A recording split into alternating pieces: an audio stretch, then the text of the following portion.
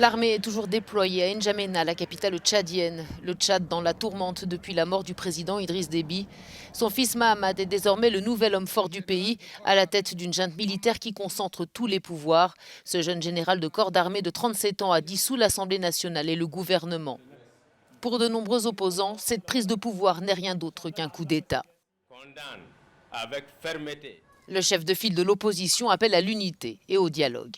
Je ne peux que m'inscrire dans la ligne de ceux qui, pour le moins, condamnent la mise sur pied d'un organe militaire. Cela ressemble à un coup d'État.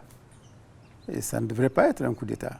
Et par conséquent, il fallait tout simplement mettre en jeu les mécanismes institutionnels qui existent, à savoir la Constitution du Tchad, qui prévoit des cas de vacance de pouvoir assurés par le président de l'Assemblée nationale, qui a l'obligation d'organiser des élections dans un délai de 90 jours.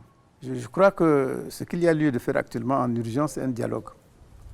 Il faut que toutes les forces vives de la nation se rencontrent et qu'ensemble, on dise quelle est l'architecture nouvelle de notre pays.